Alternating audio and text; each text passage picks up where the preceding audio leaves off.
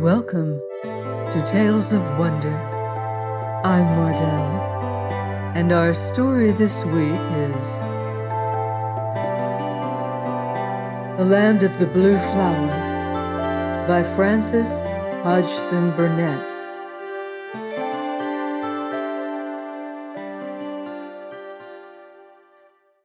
The Land of the Blue Flower was not called by that name until the tall, strong, beautiful King Amor came down from his castle on the mountain crag and began to reign. Before that time it was called King Mordred's land, and as the first King Mordred had been a fierce and cruel king, this seemed a gloomy name. A few weeks before Amor was born, his weak, selfish boy father, whose name was King Mordred also, had been killed while hunting, and his fair mother with the clear eyes died when he was but a few hours old. But early in that day, she sent for her venerable friend and teacher, who was said to be the oldest and wisest man in the world, and who long ago had fled to a cave in the mountains that he might see no more of the famine and disorder and hatred in the countries spread out on the plains below. He was a marvelous old man, almost a giant in size, and having great blue eyes like deep sea water. They too were clear eyes like the fair queen's. They seemed to see all things, and to hold in their depths no single thought which was not fine and great. The people were a little afraid of him when they saw him go striding majestically through their streets. They had no name for him but the Ancient One. The lovely queen drew aside the embroidered coverlet of her gold and ivory bed and showed him the tiny baby sleeping by her side. "He was born a king," she said. "No one can help him but you." The Ancient One looked down at him. "He has long limbs and strong ones. He will make a great king," he said. "Give him to me." The queen held out the little newborn one in her arms. "Take him away, quickly, before he hears the people quarreling at the palace gate," she said. "Take him to the castle on the mountain crag. Keep him there until he is old enough to come down and be king. When the sun sinks behind the clouds, I shall die. But if he is with you, he will learn what kings should know." The Ancient One took the child, folded him in his long gray robe, and strode majestically through the palace gates, through the ugly city, and out over the plains to the mountain. When he began to climb its steep sides, the sun was setting and casting a golden rose color over the big rocks and the wildflowers and bushes which grew on every side, so that there seemed no path to be found. But the Ancient One knew his way anywhere in the world without a path to guide him. He climbed and climbed, and little King Amor slept soundly in the folds of his gray robe. He reached the summit at last, and pushing his way through a jungle of twisted vines, starred all over with pale, sweet-scented buds, he stood looking at the castle, which was set on the very topmost crag, and looked out over the mountain's edge at the sea and the sky and the spreading plains below. The sky was dark blue now and lit by a myriad stars, and all was so still that the world seemed thousands of miles away and ugliness and squalor and people who quarreled seemed things which were not true. A cool, sweet wind blew about them as the Ancient One took King Amor from the folds of his gray robe and laid him on the carpet of scented moss. "The stars are very near," he said. "Waken, young king, and see how near they are, and know that they are your brothers. Your brother the wind is bringing to you the breath of your brothers the trees. You are home." Then King Amor opened his eyes, and when he saw the stars in the dark blueness above him, he smiled, and though he was not yet a whole day old, he threw up his small hand, and it touched his forehead. "Like a king and a soldier, he salutes them," said the Ancient One, though he does not know he did it.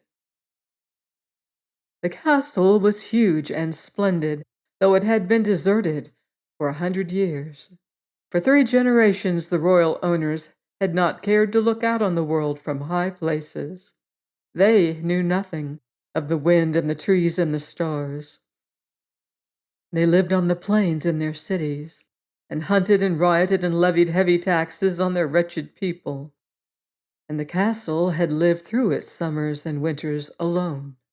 It had battlements and towers which stood out clear against the sky, and there was a great banquet hall and chambers for hundreds of guests, and rooms for 1,000 men-at-arms, and the courtyard was big enough to hold a tournament in. In the midst of its space and splendor, the little King Amor lived alone, but for the companionship of the Ancient One and a servant as old as himself. But they knew a secret which had kept them young in spite of the years they had passed through. They knew that they were the brothers of all things in the world, and that the man who never knows an angered or evil thought can never know a foe. They were strong and straight and wise, and the wildest creature stopped to give them greeting as it passed, and they understood its language when it spoke. Because they held no dark thoughts in their minds, they knew no fear. And because they knew no fear, the wild creatures knew none, and the speech of each was clear to the other. Each morning they went out on the battlements at dawn to see the splendid sun rise slowly out of the purple sea. One of the very first things the child King Amor remembered in his life, and he remembered it always, was a dawning day when the Ancient One wakened him gently, and folding him in his long gray robe, carried him up the winding and narrow stone stairway, until at last they stepped forth on the top of the huge castle, which seemed to the little creature to be so high that it was quite close to the wonderful sky itself. "The sun is going to rise and wake the world," said the Ancient One. "Young king, watch the wonder of it." Amor lifted his little head and looked. He was only just old enough to be beginning to understand things, but he loved the Ancient One and all he said and did. Far below the mountain crag lay the sea. In the night while it slept, it had looked dark blue or violet, but now it was slowly changing its color. The sky was changing too. It was growing paler and paler. Next it grew faintly brighter. So did the sea. Then a slight flush crept over the land and water, and all the small floating clouds were rosy pink. King Amor smiled because birds' voices were to be heard in the trees and bushes, and something golden bright was rising out of the edge of the ocean, and sparkling light danced on the waves. It rose higher and higher and grew so dazzling and wonderful that he threw out his little hand with a shout of joy. The next moment he started back because there rose near him a loud whir and the beating of powerful wings, as a great bird flew out of a crag nearby and soared high into the radiant morning heavens. "It is the eagle, who is our neighbor," said the Ancient One.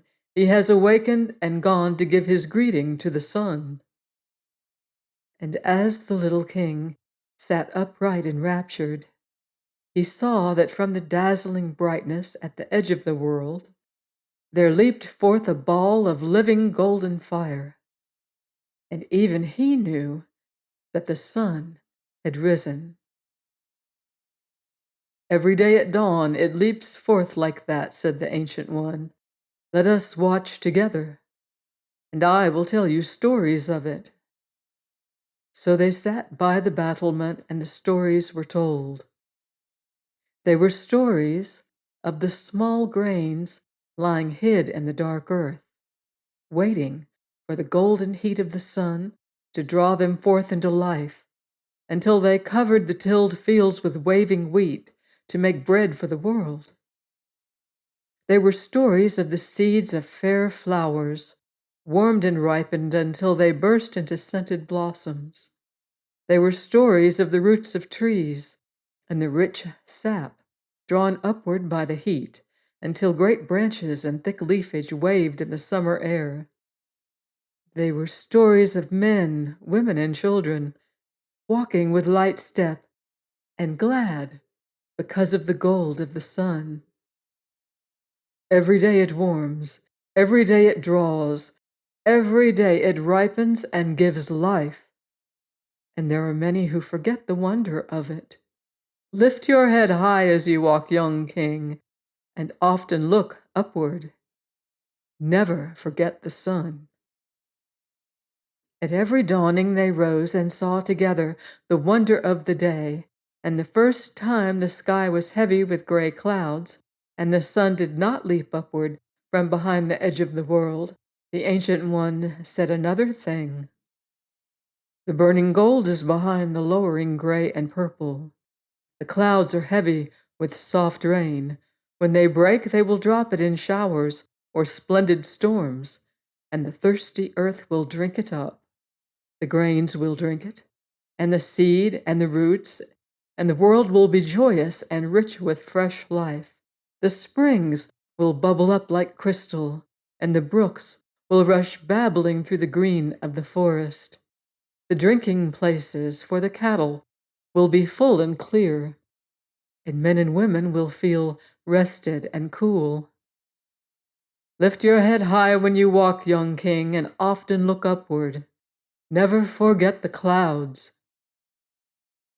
So hearing these things every day, King Amor learned the meaning of both sun and cloud, and loved and felt himself brother to both. The first time he remembered seeing a storm, the Ancient One took him to the battlements again, and together they watched the dark clouds pour down their floods, while their purple was riven by the dazzling lances of the lightning, and the thunder rolled and crashed and seemed to rend asunder things no human eye could see. And the wind roared around the castle on the mountain crag, and beat against its towers, and tossed the branches of the hugest trees, and whirled the rain in sheets over the land. And King Amor stood erect and strong like some little soldier, though he wondered where the small birds were, and if the eagle were in its nest. Through all the tumult, the Ancient One stood still.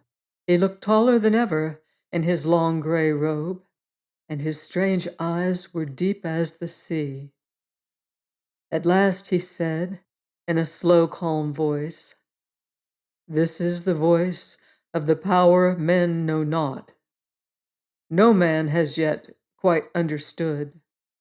Though it seems to speak, hearken to it. Let your soul stand silent. Listen, young king. Hold your head high as you walk, and often look upward. Never forget the storm." So the king learned to love the storm and be one with it, knowing no fear. But perhaps It might be because he had been laid on the scented moss, and had, without knowing it, saluted them on the first night of his life. He felt nearest to, and loved most, his brothers, the stars. Every fair night, through the king's earliest years, the Ancient One carried him to the battlements and let him fall asleep beneath the shining myriads. But first he would walk about bearing him in his arms, or sit with him in the splendid silence, sometimes relating wonders to him in a low voice, sometimes uttering no word, only looking calmly into the high vault above, as if the stars spoke to him and told him of perfect peace. When a man looks long at them, he said, he grows calm and forgets small things. They answer his questions and show him that his earth is only one of the million worlds. Hold your soul still and look upward often, and you will understand their speech. Never forget the stars. So as the child king grew day by day, the world seemed to grow fuller and fuller of wonders and beauties. There were the sun and the moon, the storm and the stars, the straight falling lances of rain, the springing of the growing things, the flight of the eagle, the songs and nests of small bird creatures, the changing seasons, and the work of the great brown earth, giving its harvest and its fruits.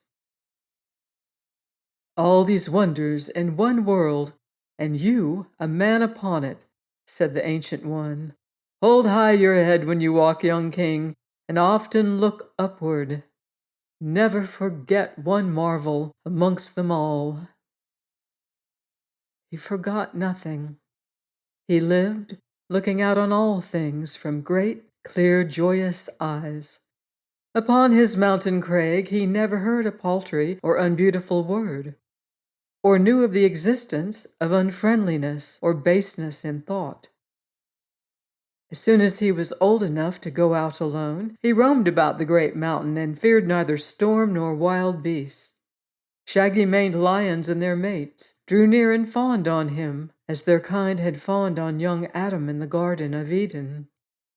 There had never passed through his mind the thought that they were not his friends.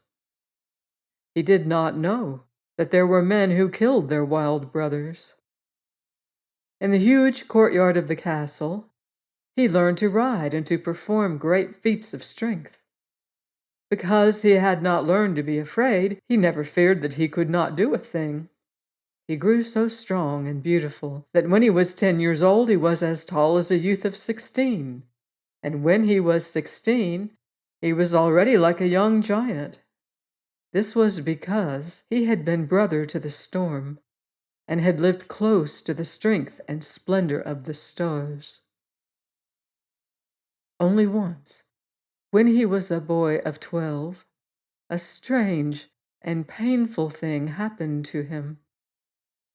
From his kingdom in the plains below, there had been sent to him a beautiful young horse, which had been bred for him. Never had so magnificent an animal been born in the royal stable.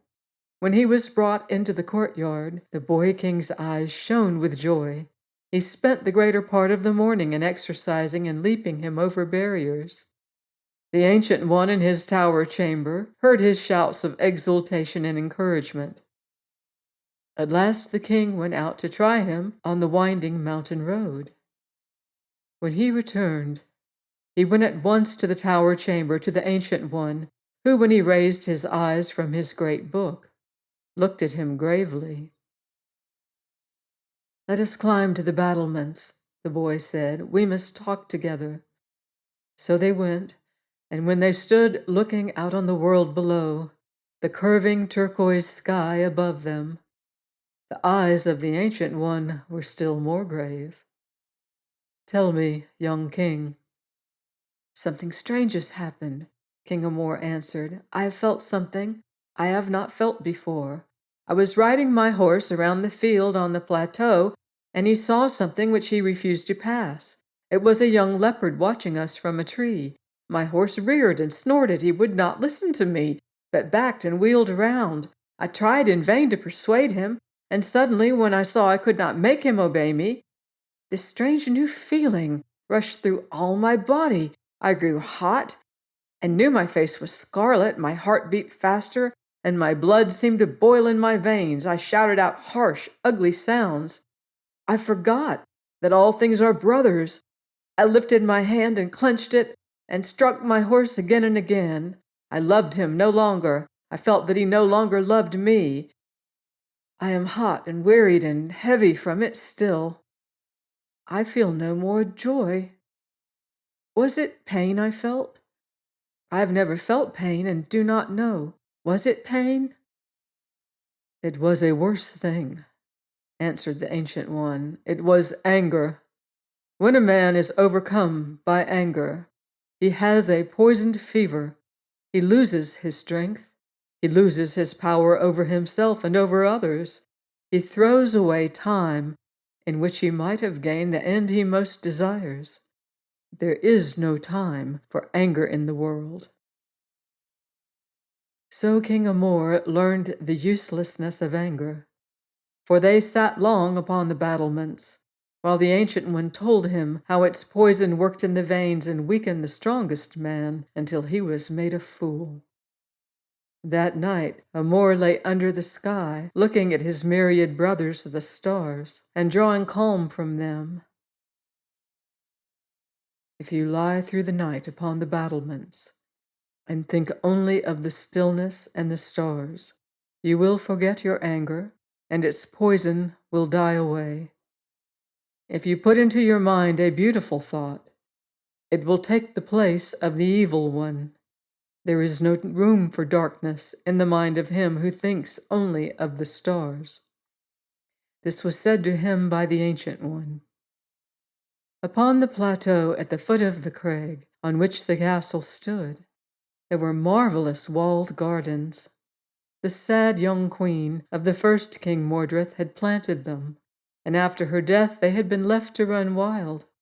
Since the baby King Amor had been brought to the mountain top, the Ancient One and his servitor had made them bloom again. As soon as he was old enough to hold a small spade, Amor had worked in the beds. All things grew for him as if his touch were a spell. Birds and bees and butterflies flocked round him as he labored. He knew what the bees hummed and where they flew to load themselves with honey. Butterflies lighted upon his hands and taught him strange things. Birds told him of their travels and brought him seeds from far countries, which he planted in his gardens and which bloomed into marvelous flowers. A swallow, who loved him very much and who had seen many wonderful lands, once brought him a seed from an emperor's secret garden, which none but 4 of his own slaves had ever seen. These slaves had been born in the garden and would never leave it while they lived. King Amor planted the seed in a pleasance of its own. It grew into the most beautiful blue flower the world had ever known. It was of a blue so pure and exquisitely intense that it was a rapture to look at it. Its blossoms hung from a tall stem, and in its first year it gave 1,000 seeds. Each year Amor planted more flowers, and each year they grew taller and more wonderful and blossomed a longer time.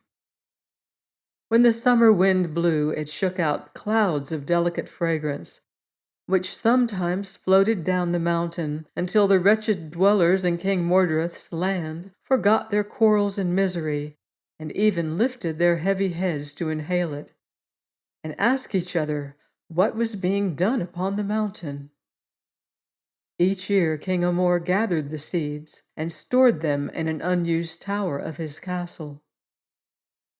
Taller and stronger he grew, and each day wiser and more beautiful. Each plant, each weed, each 4-footed thing, each wind, each star of heaven taught him its wonders and its wisdom.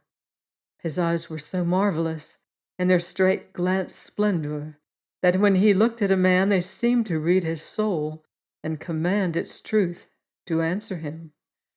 He was so powerful that he could break an iron bar in two pieces with his hands. When he was 20 years old, the Ancient One took him up on the battlements, and giving him a strong glass, told him to look down upon the capital city on the plain and see what was being done there. "I see many people gathered in crowds," Amor said when he had looked for a few moments. "I see bright colors and waving pennants and triumphal arches. It is as if some great ceremony were being prepared for." "The people are making ready for your coronation," said the Ancient One. "Tomorrow you will be led in state down the mountain and be acclaimed king. It was fit, Yud, to reign over your kingdom, that I taught you to know all the wonders of the world, and have shown you that no thing is useless but folly and dishonoring thought. That which you have learned from your brothers here, you go down the mountain to teach your brothers there. You will see things which are not beautiful, and those which are unclean. But hold high your head when you walk, young king, and never forget the sun, the wind, and the stars." To himself, as he looked upon him, the Ancient One said, "When he stands before them, they will think he is a young god." The next morning, a splendid procession wound its glittering way up the mountain road to the castle. There were princes and nobles and chieftains. Rich colors glowed in their attire, and gorgeous banners and pennants waved over them, while music from gold and silver trumpets accompanied them as they rode, and their many followers marched behind. The Ancient One, in his long robe of gray, stood by King Amor on the broad stone terrace, guarded by its crouching carved lions. "This is your king, O people," he said. And when the people looked, it was as he had said it would be. They drew back a little and gazed in fear, and many of the followers fell upon their knees. They thought they saw a beautiful young giant and god. But he was only a splendid and powerful young man who had never known a dark thought, and had lived near to his brothers, the stars. His horse, adorned with golden trappings, was brought, and he was led down the mountainside, through the gates into the capital city of his kingdom. He desired that the Ancient One should ride by his side. What he saw, as he rode to the place of coronation, he had never seen before. Notwithstanding the embroidered silk and velvet hangings decorating the fronts of the rich people's houses, he caught glimpses of filthy side streets, squalid alleys, and tumble-down tenements. He saw forlorn little children scud away like rats into their holes as he drew near, and wretched, vicious-looking men and women fighting with each other for places in the crowd. Sharp, miserable faces peered round corners at him, and nobody smiled, because every one hated or distrusted his neighbor. And they dreaded and disliked the young king because all the King Mordreths had been evil and selfish, and he was their descendant. When they saw that he was so tall and powerful, and carried his handsome head so high, often looking upward, they feared him still more. As their own heads hung down, they never saw anything but the dirt and dust beneath their feet, or the quarrels about them, so their minds were full of fears and ugly thoughts, and they at once began to be afraid of him, and suspect him of being proud. He could do twice as much evil as the other kings, they said, since he was twice as strong and twice as handsome. It was their nature to first think an evil thought of anything or anybody, and to be afraid of all things at the outset. The princes and nobles who rode in the procession tried to prevent King Amor seeing the wretched-looking people in ill-kept streets. They pointed out the palaces and decorations, and beautiful ladies throwing flowers in his path from the balconies.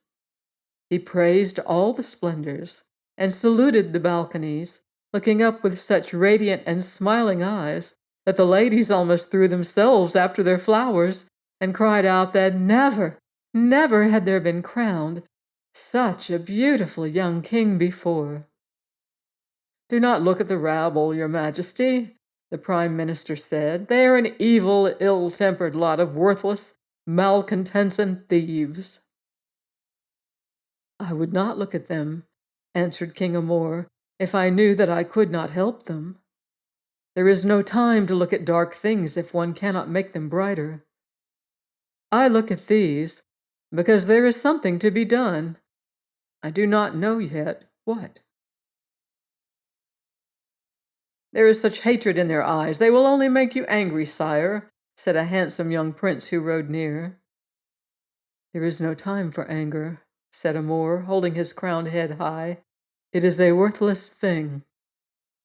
After sunset there was a great banquet, and after it a great ball, and the courtiers and princes were delighted by the beauty and grace of the new king. He was much brighter and more charming than any of the King Mordred's had been. His laugh was full of gaiety, and the people who stood near him felt happier, though they did not know why. But when the ball was at its height, he stepped into the center of the room and spoke aloud to the splendid company. "I have seen the broad streets and the palaces and all that is beautiful in my capital," he said. "Now I must go to the narrow streets and the dark ones. I must see the miserable people, the cripples, the wretched ones, the drunkards and the thieves." Everyone clamored and protested. These things they had hidden from him. They said kings should not see them. "I will see them," he said with a smile which was beautiful and strange. "I go now on foot and unattended, except for my friend the Ancient One. Let the ball go on." He strode through the glittering throng, with the gray-clad Ancient One at his side. He still wore his crown upon his head, because he wished his people to know that their king had come to them. Through dark and loathsome places they went, through narrow streets and back alleys and courts where people scurried away like rats, as the gutter children had done in the daytime.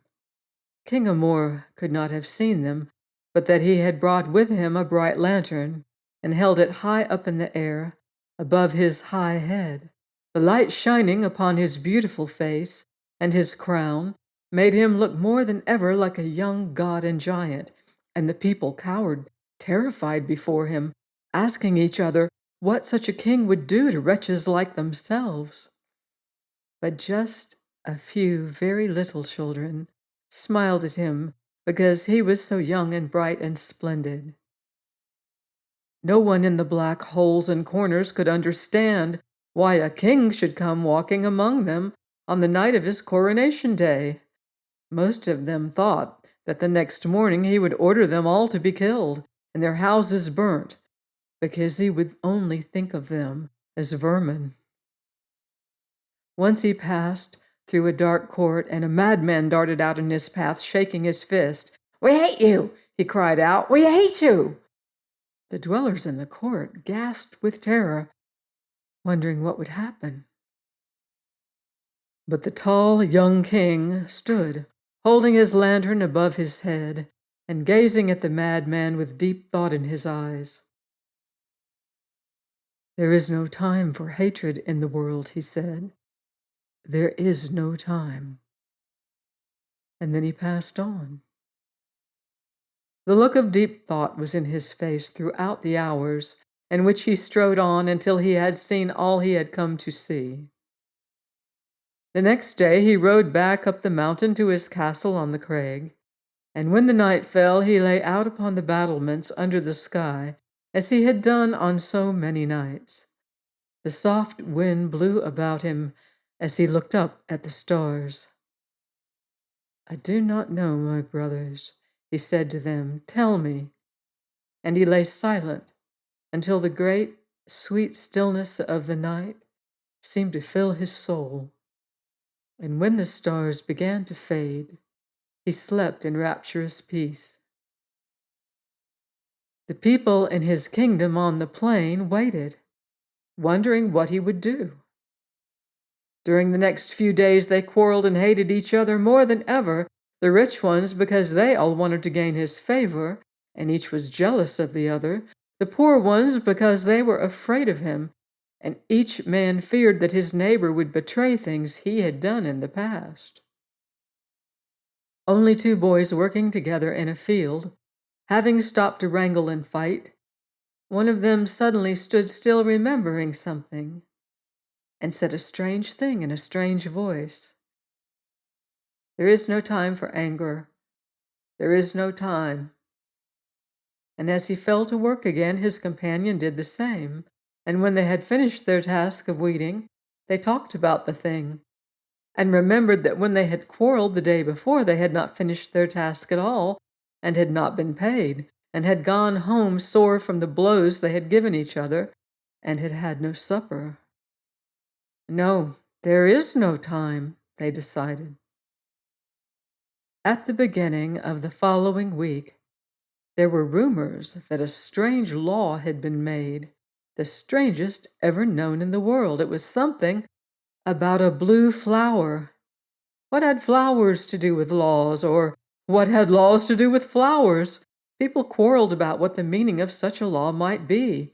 Those who thought first of evil things and fears began to say that in the rich people's gardens was to be planted a blue flower whose perfume would poison all the poor.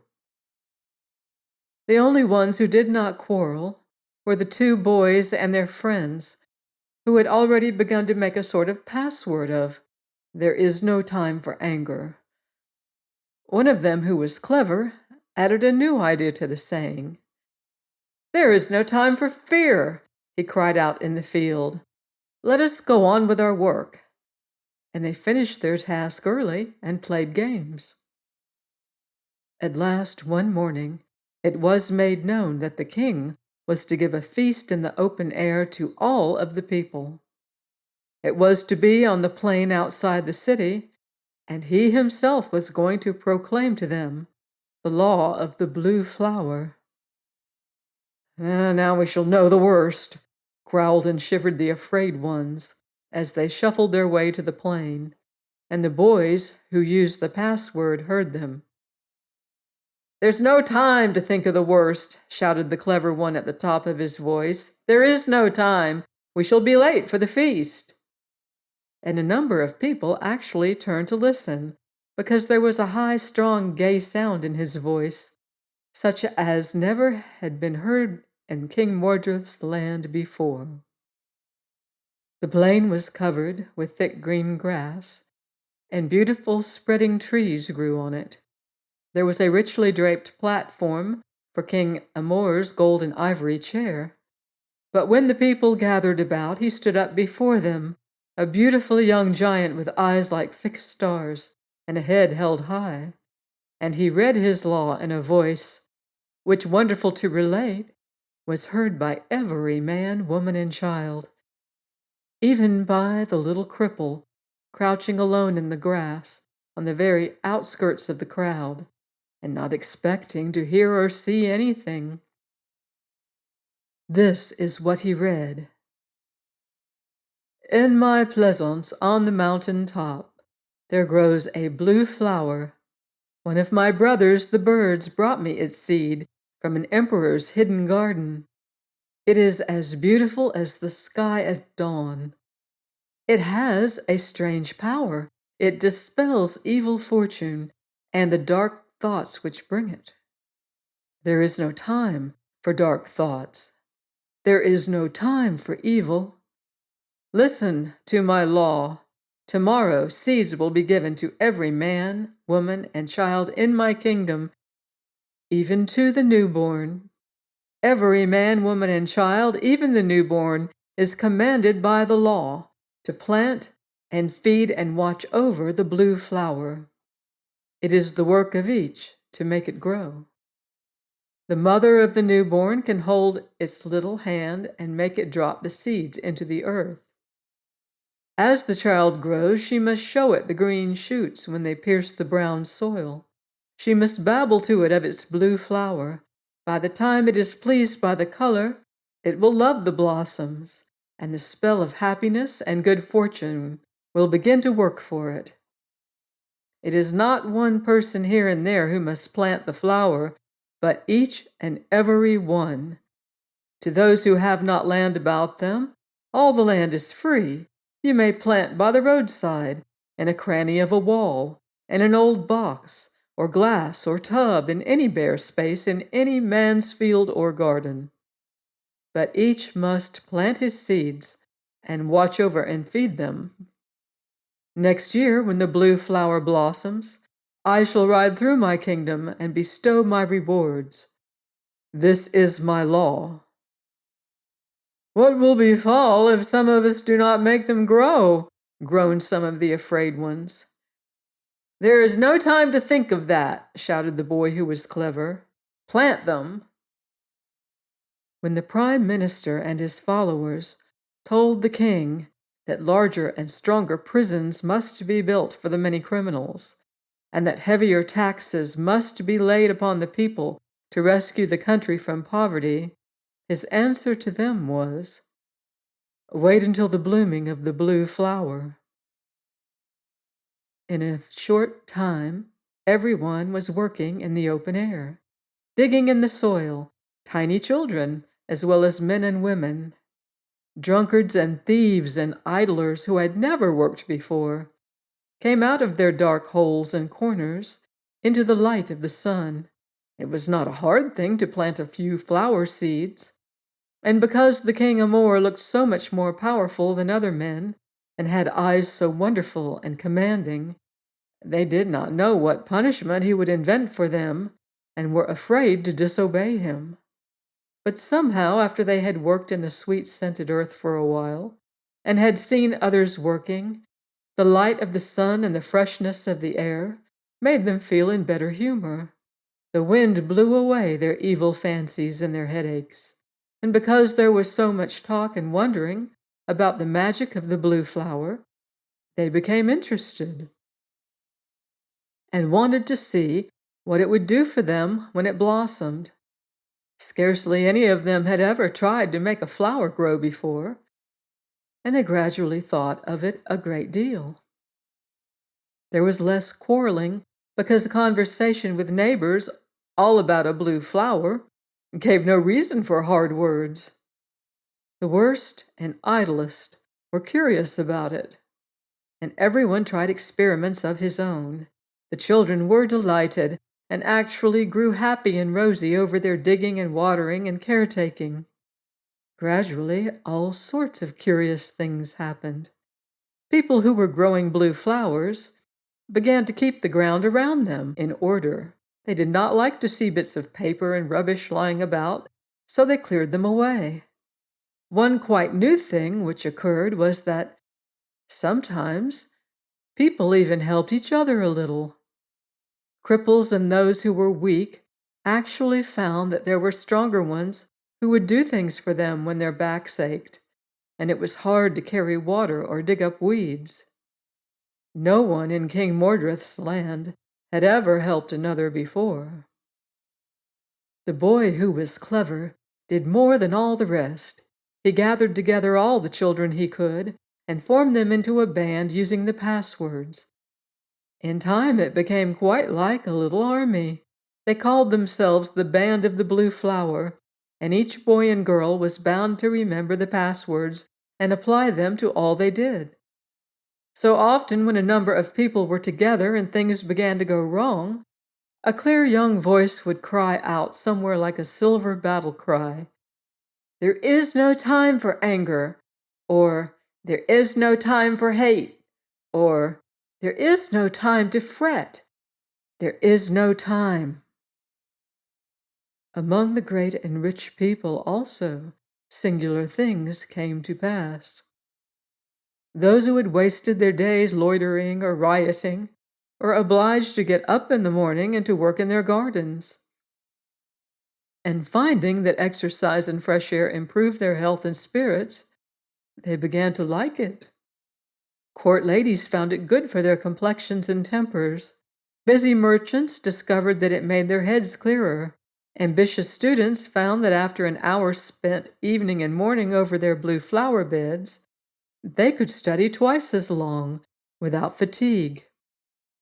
The children of the princes and nobles became so full of work and talk of their soil and their seeds that they quite forgot to squabble and be jealous of each other's importance at court. Never in one story could it be told how many unusual, interesting, and wonderful things occurred in the once gloomy King Mordred's land, just because every person in it, rich and poor, old and young, good and bad, had to plant and care for and live every day of life with a blue flower. And oh, the corners and crannies and queer places it was planted in. And oh, the thrill of excitement everywhere when the first tender green shoots thrust their way through the earth. And the wave of excitement which passed over the whole land when the first buds showed themselves. By that time, everyone was so interested that even the afraid ones had forgotten to ask each other what King Amor would do to them if they had no blue flower.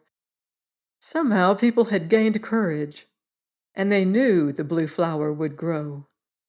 And they knew there was no time to stop working while they worried and said, suppose it didn't. There was no time. Sometimes the young king was on the mountain top with the wind and the eagle and the stars, and sometimes he was in his palace in the city, but he was always working and thinking for his people.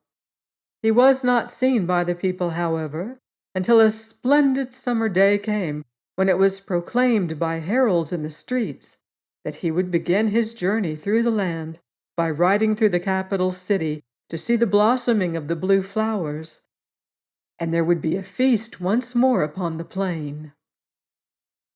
It was a wonderful day. The air was full of golden light, and the sky of such a blueness as never had been seen before.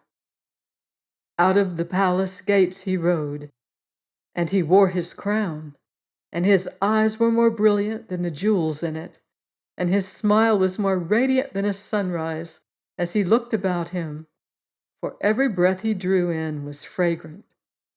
Every ugly place was hidden, and every squalid corner filled with beauty, for it seemed as if the whole world were waving with blue flowers.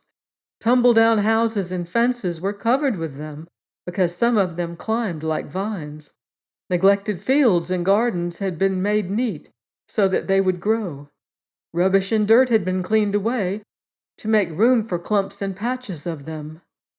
You could not grow the blue flower among dirt and disorder, any more than you could grow it while you were spending your time in drinking and quarreling. By the roadsides, in courts, in windows, in cracks, in walls, in broken places, in roofs, in great people's gardens, on the windowsills or about the doorways of poor people's hovels, fair and fragrant and waving grew the blue flower. Where it waved, there was no room for dirt and rubbish, and suddenly even the dullest people began to see that the face of the whole land was changed as if by some strange magic, and the whole population seemed changed with it. Everybody looked fresher and more cheerful. People had actually learned to smile and keep themselves clean, and there was not one who was not healthier. They had, in fact, been noticing this for some time, and they had said to each other that the power of the blue flower, of which the king had spoken, was beginning to work. The children had grown gay and rosy, and the boy who was clever and all his companions had found time to earn themselves new clothes, because they had never forgotten their passwords. All the farmers wanted them to work in their fields, because they said there was no time to idle, no time to fight, no time to play evil tricks. On the king rode, and on and on and on, and the farther he went, the more splendid and joyous his smile grew.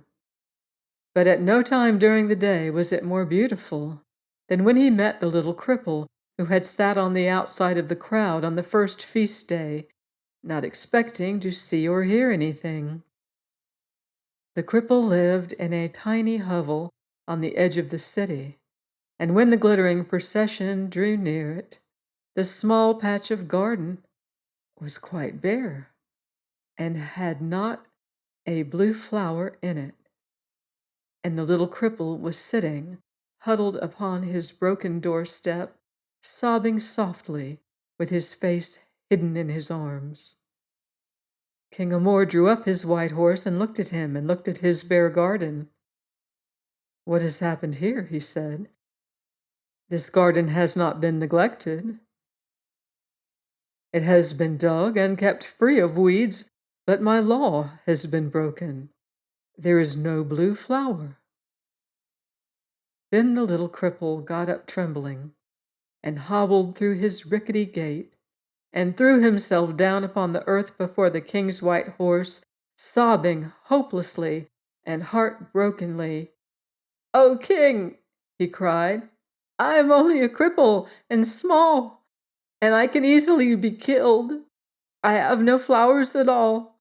When I opened my package of seeds, I was so glad that I forgot the wind was blowing, and suddenly a great gust carried them all away forever, and I had not even one left. I was afraid to tell anybody." And then he cried so that he could not speak. "Go on," said the young king gently. "What did you do?" "I could do nothing," said the little cripple. "Only I made my garden neat and kept away the weeds, and sometimes I asked other people to let me dig a little for them, and always when I went out, I picked up the ugly things I saw lying about, the bits of paper and rubbish, and I dug holes for them in the earth. But I've broken your law." Then the people gasped for breath, for King Amor dismounted from his horse and lifted the little cripple up in his arms and held him against his breast. "You shall ride with me today," he said, "and go to my castle on the mountain crag, and live near the stars and the sun.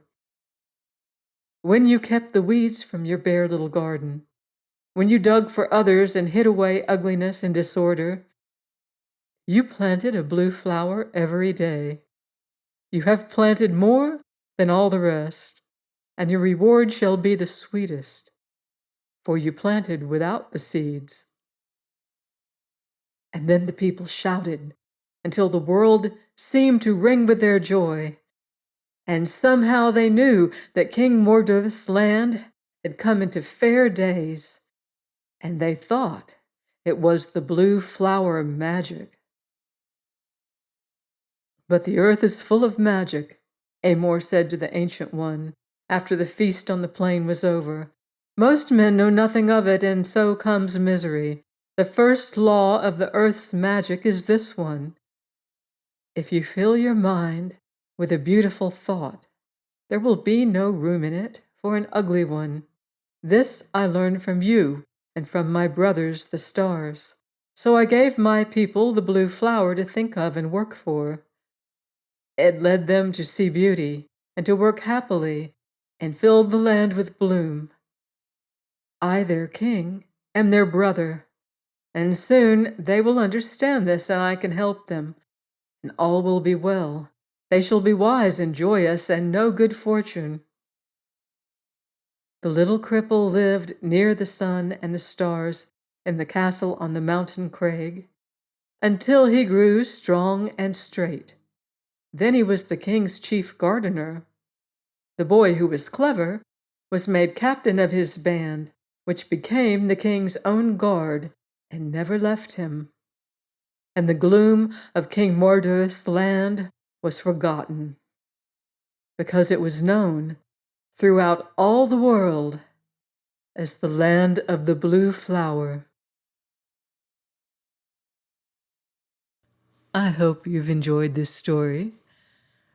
Please be here with me again next week when we'll share more enchanting tales on Tales of Wonder.